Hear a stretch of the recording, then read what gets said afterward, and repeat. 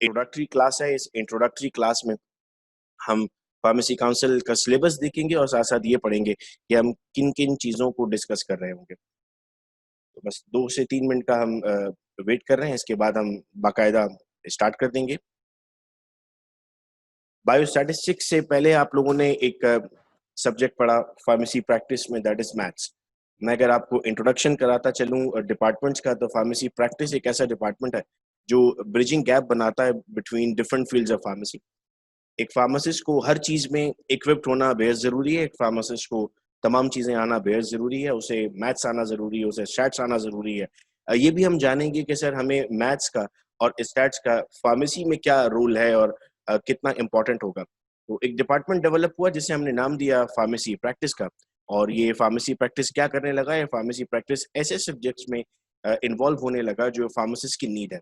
Maths आपने पढ़ा इससे पहले, देन अभी आप लोगों के पास बायोस्टैटिस्टिक्स है, फिर इंशाल्लाह अगले सेमेस्टर में कंप्यूटर है। जैसे इस वक्त जो थर्ड ईयर है आपका, उनके पास सब्जेक्ट कंप्यूटर है, यानी आप जब नेक्स्ट ईयर में जाएंगे इंशाल्लाह तो आपके पास सब्जेक्ट कंप्यूटर होगा। तो this is very much important कि आप इन टॉपिक्स को डिस्कस करें। मैं एक दफा आप सबसे कंफर्मेशन लूंगा चैट पर, आप सब लोगों को आवाज क्लियर है मेरी? आप सब लोग सुन पा रहे हैं मुझे? तो चैट पे आप लोग कमेंट करके मुझे बताएंगे कि एवरीथिंग इज ऑल राइट और आप सब सुन पा रहे हैं मुझे। मैं आप सबके कमेंट्स देख रहा हूँ। Very good. And that's excellent to see you all are almost all are present in the morning। और आपकी अटेंडेंस बेटा मॉनिटर हो रही होगी। और इरम, अगर इस वक्त बेटा आप मुझे सुन रही हैं तो आप अटेंडेंस के स्क्रीनशॉट लेके रखेंगी। ये हम अटेंडेंस लगा रहे होंगे इसमें, तो दैट इज इम्पोर्टेंट। इरम इंशाल्लाह हमारे साथ इस कोर्स में एज रिप्रेजेंटेटिव लीड कर रही होंगी और आपसे कम्युनिकेशन भी कर रही होंगी। अच्छा, अब मैं बेटे काउंसिल का सिलेबस आप लोगों के सामने ओपन करता हूँ। मैं स्क्रीन शेयर करूंगा अपनी, तो मुझे बताइएगा कि screen is clear and visible.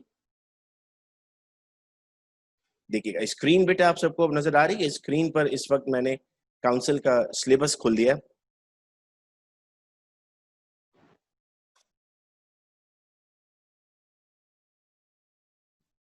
अच्छा, हमारी क्लास की टाइमिंग्स आप लोगों को जो भी दी हुई है बेटा, उन्हीं टाइमिंग्स पे आप लोगों की क्लास हुआ करेगी और लिंक सेम होगा। इसी लिंक पर आपको ज्वाइन करना होगा। एक रिमाइंडर हम आपको पहले भेज दिया करेंगे कि क्लास ज्वाइन करनी है। तो बच्चों शुरू करते हैं हम। और मैं आपको फौरन से बायोस्टैट्स की तरफ लेकर आता हूँ। याद रहे, ये काउंसिल का सिलेबस आप लोगों के लिए बेहद इंपॉर्टेंट है। इस सिलेबस को जरूर अपने सामने रखना होगा, बिकॉज हम अब उस स्टेज पर पहुंच चुके हैं जहां पर हम पेशेंट से डील करने वाले हैं इंशाल्लाह डायरेक्ट। और ये हम आ गए सेकंड सेमेस्टर पर। और सेकंड सेमेस्टर पर मैं आपको ले आया मैं स्टैट्स पर। देखो यहाँ पर इम्पोर्टेंट इसलिए है कि यहाँ पर टाइटल आप क्या देख रहे हो? Pharmacy practice. तो ये जो बायोस्टैट्स लिखा हुआ है ना बराबर में, इस बायोस्टैट्स का मतलब है with reference and with command to pharmacy. ये वो स्टैटिस्टिक्स नहीं है जो बीएस इन स्टैट्स पढ़ता।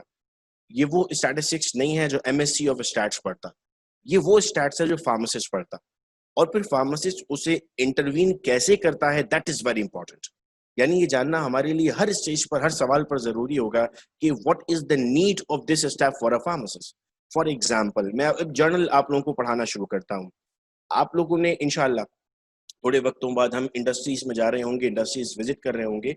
इंडस्ट्री का एक डिपार्टमेंट होता है, उसे हम नाम देते हैं वेयर हाउस। वेयर हाउस क्या करता है सर? वेयर हाउस में जितना भी मटेरियल बाहर से आता है वो सब पड़ा होता है। और जिस फेस में उसे रखते हैं उसे हम नाम देते हैं क्वारंटीन। अब कोविड-19 में ये लफ्ज क्वारंटीन हमें बहुत अच्छे से समझ में आ चुका है कि किसी चीज को अलहदा करके रख देना जब तक वो क्लियर ना हो जाए, उसे क्वारंटीन कहते हैं। फार्मास्यूटिकल वर्ड को तो पहले से ये बात पता थी कि एक वर्ड होता है क्वारंटीन, येलो कलर की बाउंड्री होती है और उसकी पहचान होती है। ये कलर्स बच्चों याद रखना आपको बड़ा काम आने वाले हैं। येलो कलर में हमारे पास जो बाउंड्री है उसे हमने नाम दे दिया था क्वारंटीन का। वहां पर मटेरियल रख दिया जाता। अच्छा, मटेरियल कितना आता है? मटेरियल कोई 1 2 3 बैग नहीं आता।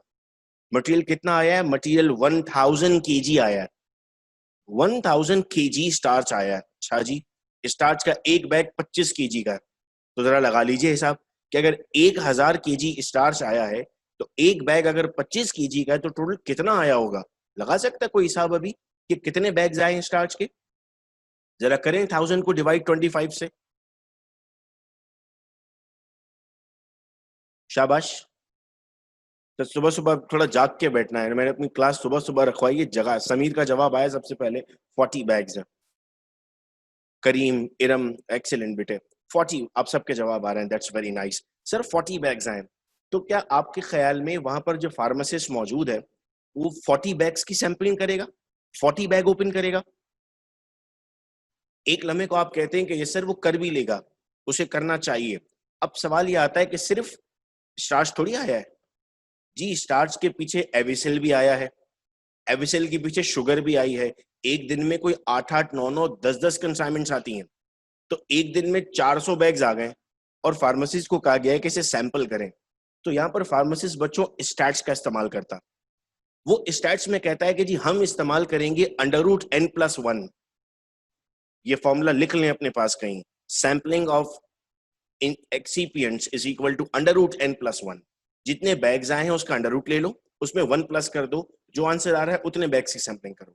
फॉर एग्जांपल 40 बैग्स हैं, 40 बैग्स का अंडर रूट। अब यहाँ पर ना आपको थोड़ा सा तेज होना पड़ेगा। अब आप सोचेंगे सर 40 का अंडर रूट तो आता नहीं है ना, you need to be very sharp. Maths मुझे इस वक्त अंदाजा नहीं है किस लेवल पर हमने स्टार्ट किया हुआ था, लेकिन यहाँ स्टैट्स में मैं कोशिश करूंगा मैथ्स में भी इक्विप कर दूं आपको। देखो 36 और 49 के बीच में आता है ये 40, ठीक है भाई। 36 का अंडर रूट 6 होता है और 49 का अंडर रूट 7 होता है, तो 40 इसके बीच में आ रहा है तो इसका अंडर रूट भी इसके बीच में ही आएगा, that is somewhat equal to 6.3, 6.4। तो अंडर रूट लेने के लिए कैलकुलेटर नहीं उठाना था आपने, अंडर रूट आपने डायरेक्ट कैलकुलेट करना था। 6.4 ले लिया for example, +1 7.4। To be on safe side कितना सैंपल करेंगे, 8 का सैंपल कर लेंगे। 7 पॉइंट समथिंग था, हम सेफ हो जाते हैं, 8 कर दिया।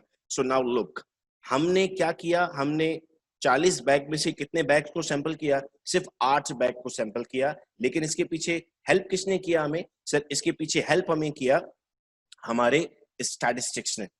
तो कोई मुझे नहीं भूल सकता, मैं फार्मासिस्ट रहा मल्टीनेशनल कंपनी में, मैं सैंपलिंग कम करता था, मुझसे कहा जाता था आप पूरी सैंपलिंग नहीं कर रहे हैं, मैं रिस्पॉन्ड करता था भाई मैं पूरी सैंपलिंग नहीं करूंगा क्योंकि मैं √n+1 लगाता हूं, दैट दीज आर एक्सिपिएंट्स।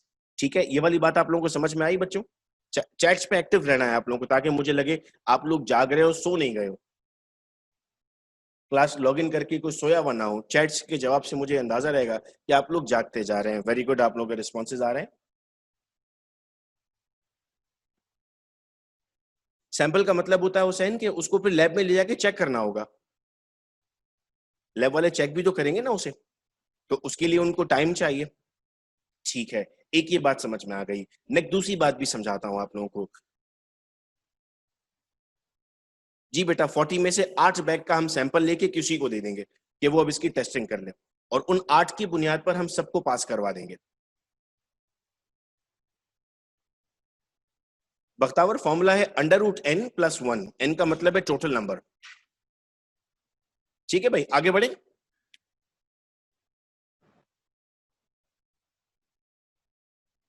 शाबाश, ठीक, थैंक यू। अच्छा जी, अगली बात समझते हैं। अब शुगर होती है, शुगर के लिए माइक्रोबियल टेस्ट लगते हैं। अच्छा, मैं आपसे जो भी बात कर रहा हूँ, मैं जितनी भी बात करता हूँ, वो तमाम की तमाम मैं इंटरनेशनल स्टैंडर्ड्स पर करता हूँ। मैं एफडीए को लिमिट बनाकर बात कर रहा होता हूँ, बिकॉज मेरे लिए एफडीए पार लेवल पर है, जो स्टैंडर्ड्स को बेहतरीन फॉलो कर रही है। हम पाकिस्तानी रेगुलेटरी की भी बात कर रहे होते हैं, तो ये हम सारी चीजें डिस्कस करते रहेंगे। तो जिन लोगों ने भी लेट ज्वाइन किया है, जिन लोगों को भी इंटरनेट कनेक्टिविटी के इश्यूज थे, ये लेक्चर रिकॉर्ड हो रहा है और ये अपलोड हो जाएगा यूनिवर्सिटी के चैनल पर, तो यहाँ से भी आप लोग इस लेक्चर को बाद में एक्सेस कर सकते हैं, लेकिन अटेंडेंस आपकी जूम क्लास पर ही मार्क होगी। तो अब शुगर पे बच्चे हम बात कर रहे थे कि जो शुगर है हमारे पास, उसको माइक्रोबियल टेस्ट पर लगना, और माइक्रोबियल टेस्ट कोई 5-6 दिन बाद उसके रिजल्ट्स मिलते हैं।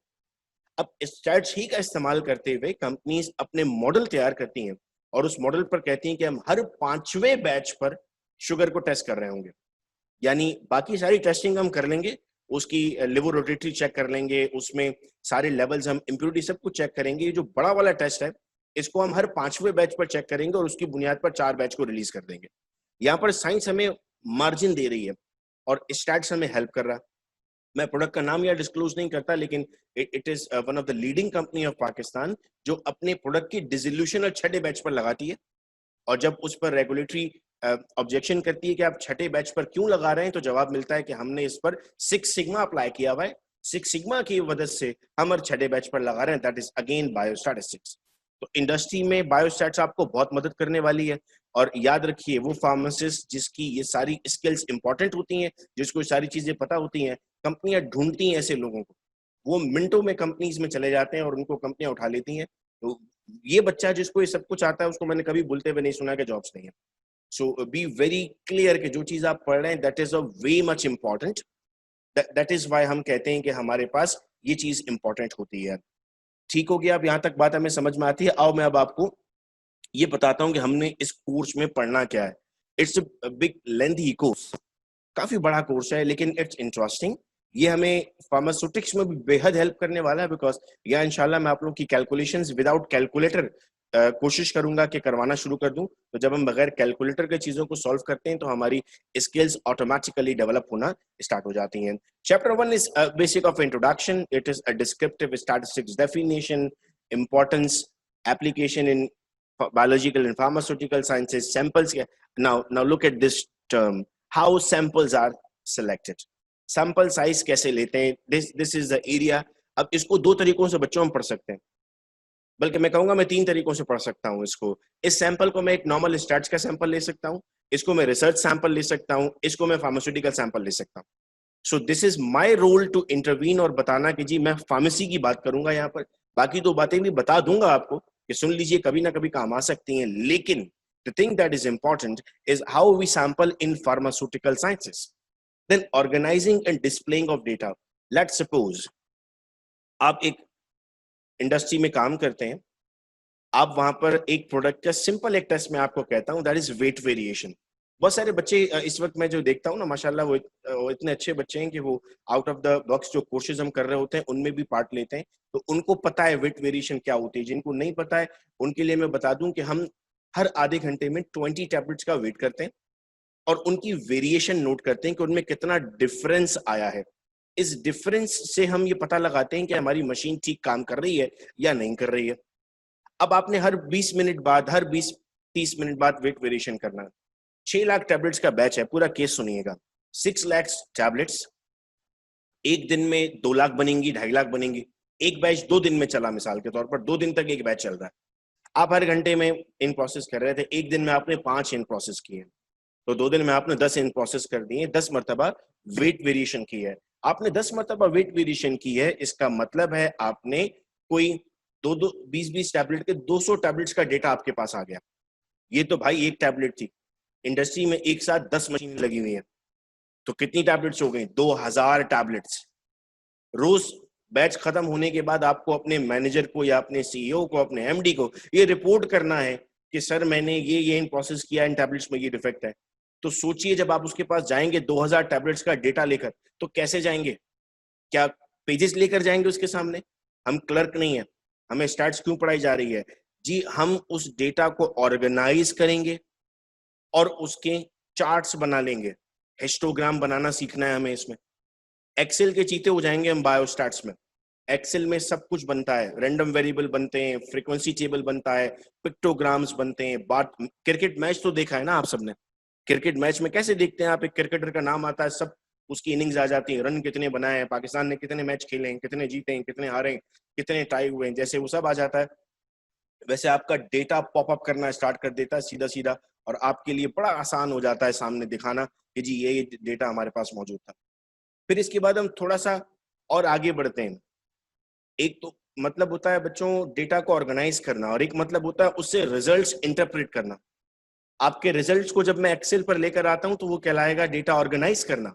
लेकिन जब उन्हीं को मैं ये आइडेंटिफाई करना शुरू कर देता हूं कि कितने 4 GP आ रहे हैं,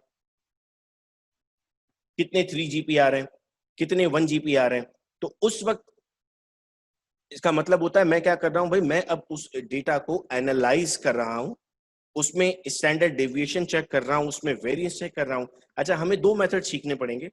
कॉपी मेथड भी आपको सिखाऊंगा, फॉर्मूला भी आपको बताऊंगा कैसे होता है, और फिर इसके बाद में आप लोगों को कैलकुलेटर से डायरेक्ट भी सिखा दूंगा। आप सबके पास नेक्स्ट क्लास में आप लोग अपने साथ एक कैलकुलेटर लेके बैठिएगा ताकि मैं क्लास रख दूं how to operate calculator. Basic classes में सब कुछ हमें सीखना पड़ेगा। देन हम कहते हैं कर्व फिटिंग में हम डिफरेंट टाइप्स ऑफ ग्राफ्स बनाते हैं, हाइपरबोलिक ग्राफ, पैराबोलिक ग्राफ्स, ये सब मुख्तलिफ ग्राफ्स बनते हैं। यहाँ तक बातें समझ में आ रही हैं? Everything is clear? हम प्लीज साथ साथ कमेंट करते रहें कि हमें ये तमाम चीजें समझ में आती जा रही हैं, तो हमारे लिए आगे बढ़ना क्लियर होगा। That's fine, very good, very good. Next is probability. ना probability is way much important. बच्चों मैं आपको कहता हूं, आप अपने घर में बैठे हुए, तो ये बताइए आपके घर में शेर आ सकता है या नहीं आ सकता?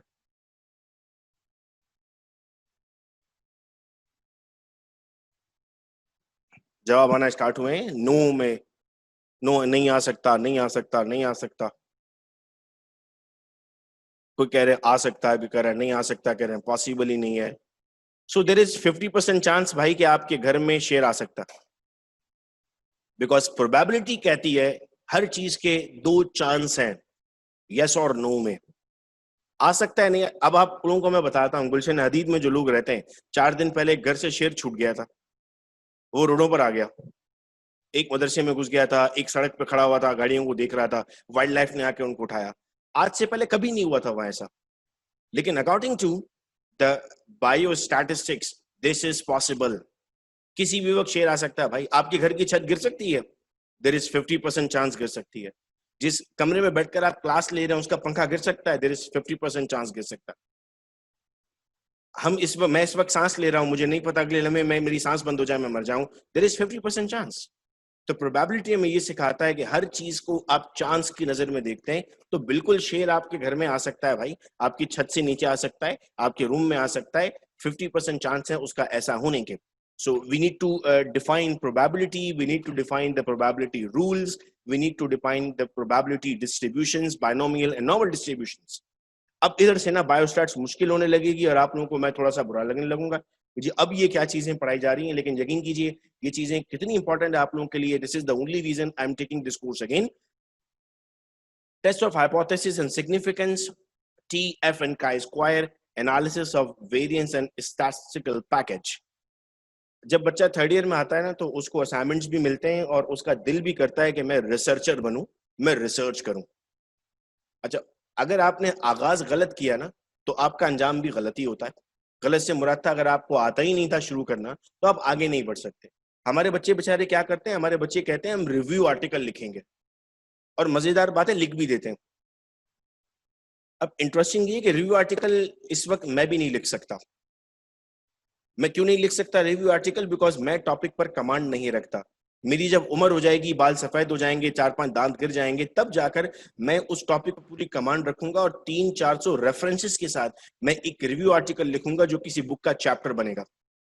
और हम रिव्यू आर्टिकल मजाक मजाक में लिख देते होते हैं हमारे review article. This is a very wrong approach to start. आप लोगों को क्या करना होता है सर, आप लोगों को स्टार्ट करना होता है विद द रिसर्च आर्टिकल्स, और उस रिसर्च आर्टिकल के कुछ स्टेप्स होते हैं। उन स्टेप्स के लिए ये 4 chapters are way much important. Test of hypothesis and significance. आपको पता है रिसर्च क्वेश्चन होता है। सबसे पहले हम एक रिसर्च क्वेश्चन जनरेट करते हैं, उस रिसर्च क्वेश्चन की बुनियाद पर हम आगे बढ़ते हैं। मिसाल के तौर पर आप लोगों ने थ्योरम पढ़े थे मैट्रिक क्लास में। एक थ्योरम था, 2 parallel lines can not meet each other. That was an hypothesis. और फिर आपने थ्योरम शुरू किया था और बाद में उसको यस करवाया था, क्योंकि आपके पास उसकी पी वैल्यूज, एफ वैल्यूज, अभी बड़े नए नए नाम लग रहे हैं। ये सब कुछ हमें पढ़ना है, और यकीन जानिए ये सब पढ़ने के बाद हम इतने कैपेबल हो जाएंगे कि जब आप अपनी 3rd या 4th ईयर के स्टेज में आएंगे, तो मैं आप लोगों से एक ओरिजिनल रिसर्च आर्टिकल एक्सपेक्ट कर रहा हूँ कि आप लोग एक अच्छा ओरिजिनल आर्टिकल लिख सकेंगे। हम इसमें एक सॉफ्टवेयर चलाना इस्तेमाल करेंगे, that is SPSS, statistical package for social services. That is very interesting software. Excel को एक्सेल का प्रो वर्जन है यूं समझ लें, एक्सेल इसका लाइट वर्जन है यूं समझ लें। आप चीते हो जाते हैं इसमें। इसका हाफ पार्ट यहाँ आता है और हाफ पार्ट 3rd ईयर में आता है। इस वक्त जो 3rd ईयर कंप्यूटर पढ़ रही है वो इसको इंशाल्लाह SPSS पे अपनी फुल कमांड हासिल कर रही होगी। So all together we have a total of 10 chapters जिन्हें हम डिस्कस कर रहे होंगे ऑल अबाउट। और मैं इसको यूं समझता हूं कि जब तक हमारी ऑनलाइन क्लासेस होंगी, मैं I will try my level best to complete chapter number 1 and chapter number 2 at least. ये 2 चैप्टर्स मेरे ख्याल से हम कर लेंगे, और इनकी रिकॉर्डिंग्स आपको चैनल पर अवेलेबल मिलेंगी। That will be very easy आप लोगों के लिए कि आप लोग बड़ी आसानी से उसको जितनी मर्तबा चाहें उतनी मर्तबा देख सकते हैं। आप लोग सब लोगों से रिक्वेस्ट है कि जो भी क्लास की टाइमिंग होगी आप लोगों की, उन टाइमिंग पे आप लोगों को अपनी कॉपी साथ लेकर बैठनी है, अपना कैलकुलेटर साथ लेकर बैठना है।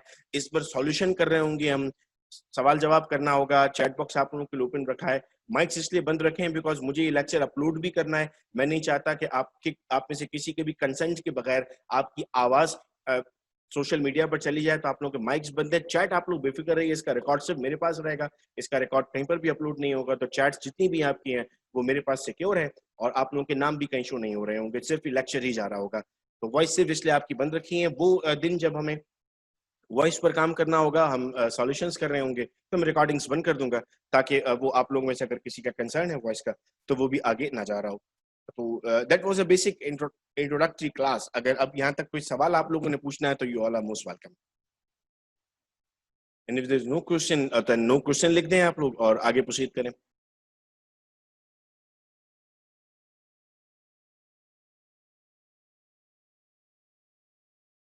ठीक, that's good, that's good. Statistics का मतलब बेटे ये है कि हम चीजों को कैलकुलेट करें, to calculate something. Calculation in means of graph, calculation in means of figures। जी इरम, आपने हैंड रेज किया है, एनी क्वेश्चन?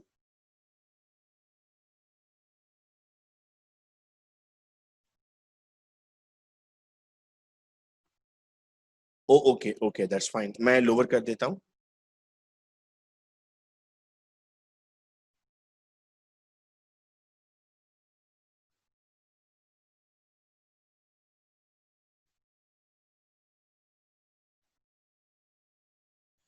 n+1 बेटा, अंडर रूट n+1 का मतलब ये है कि आपके पास सैंपल साइज जो होगा उसका हम अंडर रूट लेंगे और प्लस कर देंगे 1।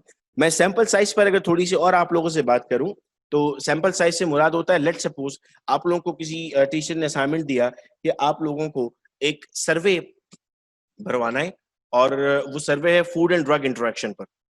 ना फूड एंड ड्रग इंटरेक्शन का जो आपका सर्वे है, इस सर्वे को आपको कितने लोगों से फिल करवाना है, ये कैसे फिल होगा, कितने पार्टिसिपेंट होंगे, क्वेश्चंस क्या रखे जाएंगे, वो सब कुछ स्टैट्स का पार्ट बनता है। हम यहाँ पर एक क्वेश्चन डिजाइन भी इंशाल्लाह सीखेंगे कि किस तरीके से एक क्वेश्चन डिजाइन किया जाता है। And this will be a very interesting course.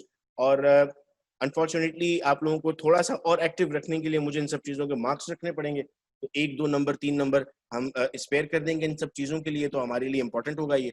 Six sigma बेटे कोर्स है, एक पूरा डिजाइन है जिसके जरिए हम चीजों को एनालाइज कर रहे होते हैं।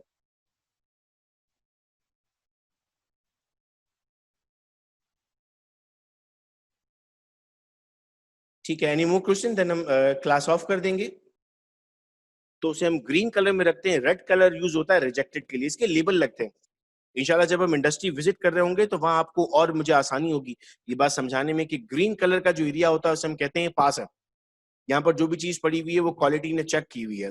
रेड कलर का मतलब होता है ये एरिया रिजेक्टेड है, इसे वापस जाना है। और येलो कलर का मतलब होता है ये आपके पास क्वारंटीन में मौजूद है। आप लोगों के क्वेश्चंस में देख रहा हूँ। बायोस्टैट्स हर पॉइंट में बेटा, फार्मेसी की बाकी फील्ड्स में भी बायोस्टैट्स इंपॉर्टेंट है। If it is a hospital pharmacy then again आपके पास आप दवाओं को कैसे मैनेज कर रहे हैं, दैट इज इंपॉर्टेंट। एसपीएसएस की फुल फॉर्म है बेटा statistical package for social services.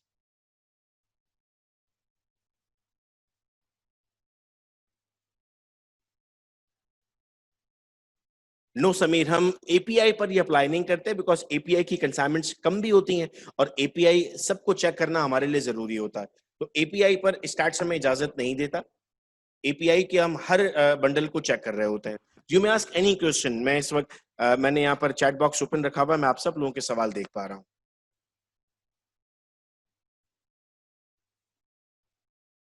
Iram बेटे स्क्रीनशॉट ले लीजिएगा अटेंडेंस के लिए ताकि जैसे ही हम क्लास ऑफ करें तो अटेंडेंस आ सके लोगों की।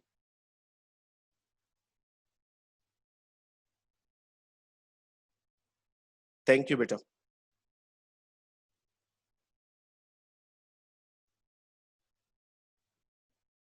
जी any more question?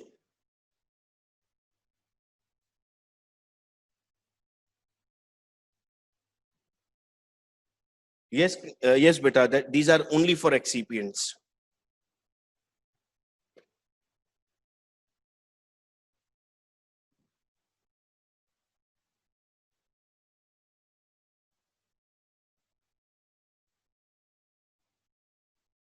Under root n plus 1 is the formula used for sampling of excipients.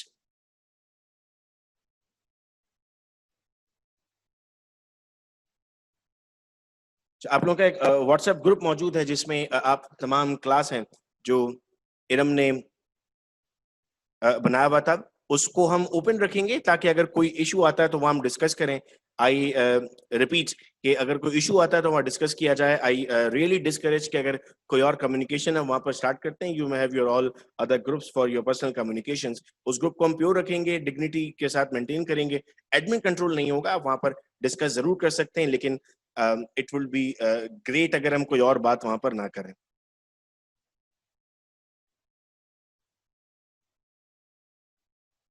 मैं कोशिश करूंगा जो इसकी बुक्स हैं वो ई बुक्स वहां पर आप लोगों को शेयर कर दूं। तो चूंकि बुक्स इस वक्त आप लोगों के पास अवेलेबल नहीं है, एक किताब हम इसके एक दो किताबें हैं जो हम स्टैट्स के लिए इस्तेमाल करेंगे, तो वो स्टैट्स की किताबें मैं आप लोगों को ई बुक्स दे दूंगा। जब तक ये पेंडेमिक चलता है तो हम ई बुक्स का इस्तेमाल करेंगे। बुक्स रंदील में दे दूंगा आप लोगों को पीडीएफ में डाउनलोड, एक दो दिन मुझे दे दीजिए, मैं सिस्टम में उसे ढूंढ कर आप लोगों को भेज देता हूँ।